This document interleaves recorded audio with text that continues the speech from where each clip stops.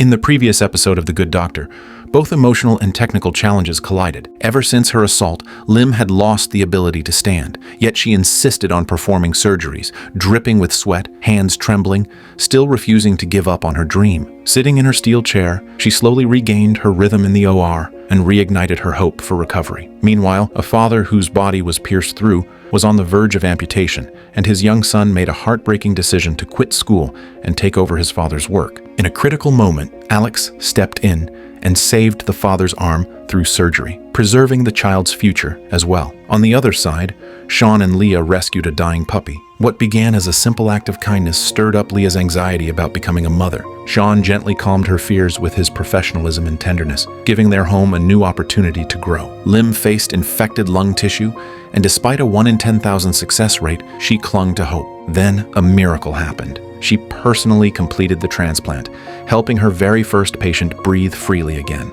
During the rescue of 2 boys, Ricky and Nathan, Sean pushed his limits and broke through his empathy barriers to find the best treatment plan. Miracle after miracle unfolded, prompting Sean to face the changes and responsibilities of becoming a father himself. A pregnant woman was brought to the hospital because she had wet herself, but when the doctor reviewed her report, his expression turned serious. The test showed early membrane rupture, meaning the pregnancy needed to be terminated before infection set in. Although there was a way to deliver the baby, it would not only harm the mother but also carry a high risk of brain damage, meaning that even if the baby survived, it might suffer from intellectual disability. Morgan and Jordan explained the situation to Sonia and her husband Anthony. Upon hearing there was still a chance to have the baby, Sonia immediately chose to keep it. She had dreamed of being a mother for 5 years and had already suffered 2 miscarriages. This was her last chance. But Anthony shook his head. He clearly didn't want to take that risk. Sonia turned to Jordan for support. What would you do? Jordan hesitated but finally replied, driven by her medical oath, "I think I would try to save the baby." With Jordan's support, Sonia insisted that her husband respect her choice. Soon after, Sonia developed a fever and tachycardia, signaling a possible infection, and that the baby might not survive. Morgan delivered the devastating news, but Sonia remained resolute, ready to die with her baby. Her decision was firm, prompting Morgan, Jordan, and Lim to gather and discuss the situation. Jordan respected Sonia's sacrifice, but Morgan thought it was just emotional self-indulgence. While they debated, an urgent call came in. Sonia's condition was rapidly worsening. They had to sedate her and prep for surgery. Before losing consciousness, Sonia made Anthony promise not to go against her wishes. But things didn't go as planned. Sonia's organs began shutting down. If they didn't give up on the baby, both lives would be lost. Even as Morgan pleaded, Anthony insisted on keeping his promise. When Morgan didn't know what else to do, Jordan stepped forward to talk to Sonia. Jordan shared her own story. At 18, she'd made a reckless choice. If she'd kept the baby back then, the child would be 11 now. That regret had haunted her ever since. She understood Sonia's love for her child, which is why she had initially encouraged her to keep it. But now she regretted it. If they didn't act, it would end in tragedy. She handed the surgical consent form to Sonia. Moved by Jordan's words, Sonia finally picked up the pen and signed it. Then she flipped the paper over and wrote down one final request. The surgery, led by Jordan, was a success. Afterward, a priest was invited to the OR to hold a funeral for the baby. Roland had just come out of surgery when he started getting intimate with his girlfriend right there in the hospital room. Sean came in to do a checkup and found Roland having a seizure. His condition was critical. Roland's girlfriend rushed out of the bathroom, but when Sean saw her face, he was stunned. It was Jared's girlfriend. Later, Sean called Jared in. He first updated him on the patient, then asked him to sit down calmly. Sean grabbed a tissue and sat across from him, but Jared just laughed. After a moment, he explained that wasn't his girlfriend. After Jared was fired from the hospital, he became Roland's personal physician. As part of the job, he had to pretend to be the lover of Roland's mistress to fool Roland's wife. Hearing that the woman wasn't Jared's girlfriend, Sean was visibly relieved. Originally, Roland was admitted to the hospital after his heart was damaged in a tiger attack. Although he had undergone surgery and was still in the recovery phase, he ignored medical advice and put unnecessary strain on his heart. At first, doctors thought the seizure was caused by a blood pressure spike straining the heart. But Roland explained that the woman had done all the work, and tests showed the cause might be neurological. Because Roland was a major client, the hospital's president Marcus personally explained the diagnosis, hoping to secure funding. But Roland ignored him completely. He knew Jared had worked at this hospital, but was unfairly fired. To stand up for Jared, Roland gave him full decision-making power. Thankfully, Jared didn't hold a grudge. Trying to lighten the mood, he asked where Roland's lover had gone. But Roland didn't care at all. That struck Jared as odd. He reported the situation to Sean. Roland was known for his obsessive control. He'd never let his lover run off like that.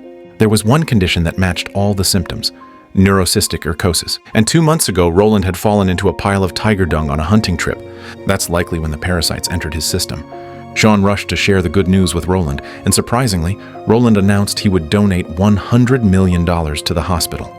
You are not medically fit to be making any major decisions because of the larva. Soon, the surgery began.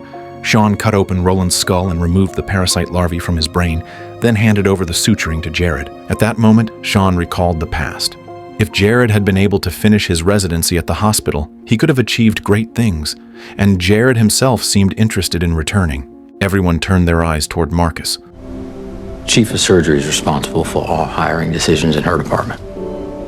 All hires for the surgical department are made by the Chief of Surgery, implying his approval. Not long after, Jared resigned from his job under Roland and returned to the hospital family.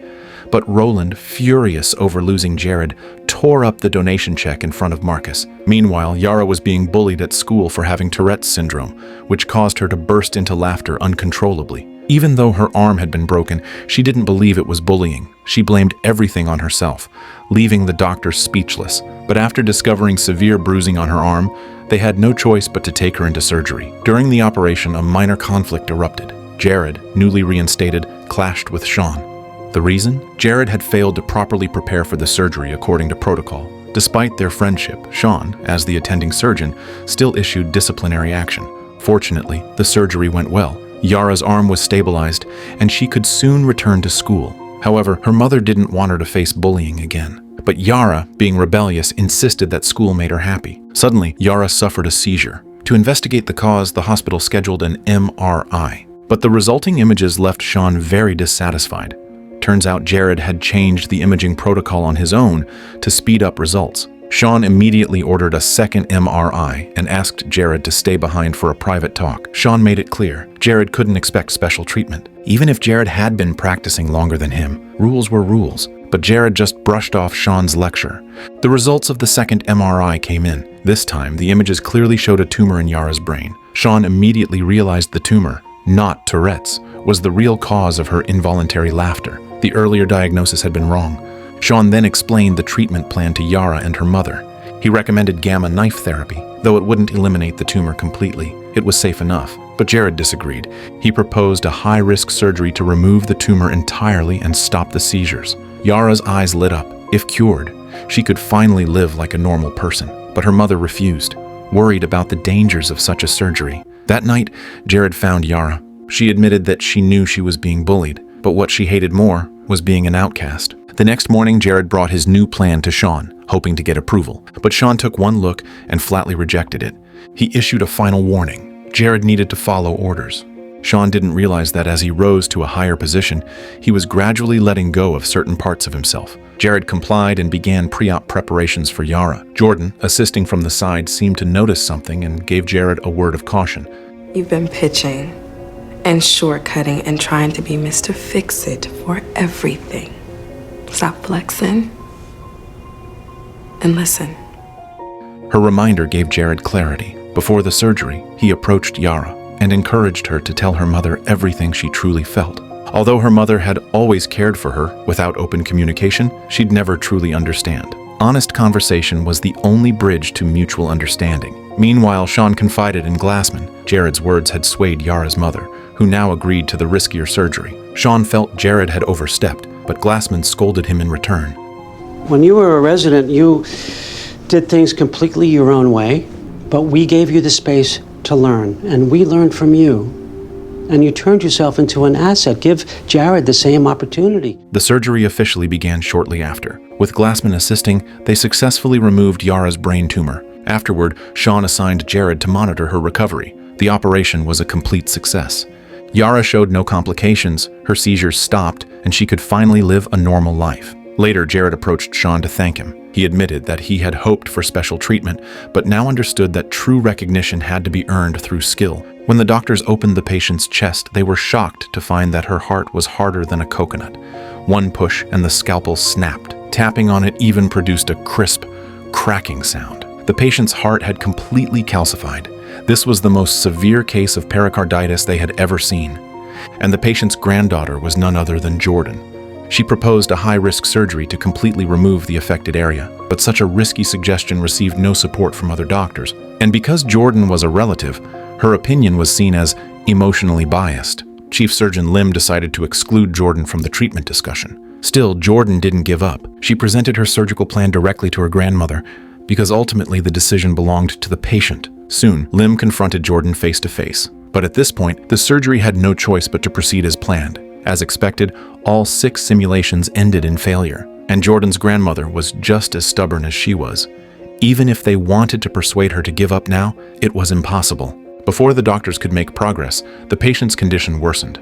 At this rate, delaying surgery any longer would be fatal, so they had no choice but to take the risk. In the operating room, even an electric drill couldn't pierce the patient's heart. They tried using bone cutters instead. That only made things worse. They had to suture immediately, but even then, the patient's life was still on the line.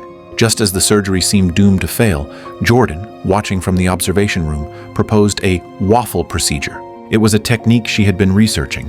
By segmenting areas of the heart to leave enough space for it to beat, they could maintain heart function without removing the hardened shell. Mortality rate below 8%. It wasn't the safest option, but at this point, it was their only hope. Jordan guided the procedure from the observation room, while Lim performed the surgery. 8 hours later, the grandmother finally woke up. Upon learning that her granddaughter had come up with the plan that saved her life, the elderly woman burst into joyful laughter. Morgan placed the baby's cradle on the washing machine, using its vibrations to soothe the crying infant. The single mother, who hadn't slept in 40 hours, finally had a chance to rest. She fell asleep the moment she lay down, but in her exhaustion, she didn't notice the cradle shaking toward the machine's edge. No! Morgan, who had recently adopted the baby after learning she couldn't have children, was quickly learning that parenthood was both painful and joyful. Though the baby was adorable, her lack of experience made every step feel overwhelming. What made it worse was that she didn't even have maternity leave. After staying up all night caring for her child, she still had to report to work the next morning. To avoid losing pay, she brought the baby to the hospital. But as a doctor, while discussing cases with patients, her baby would suddenly start crying. She had no choice but to juggle both roles, which left her patients frustrated. One even left a bad review and filed a complaint.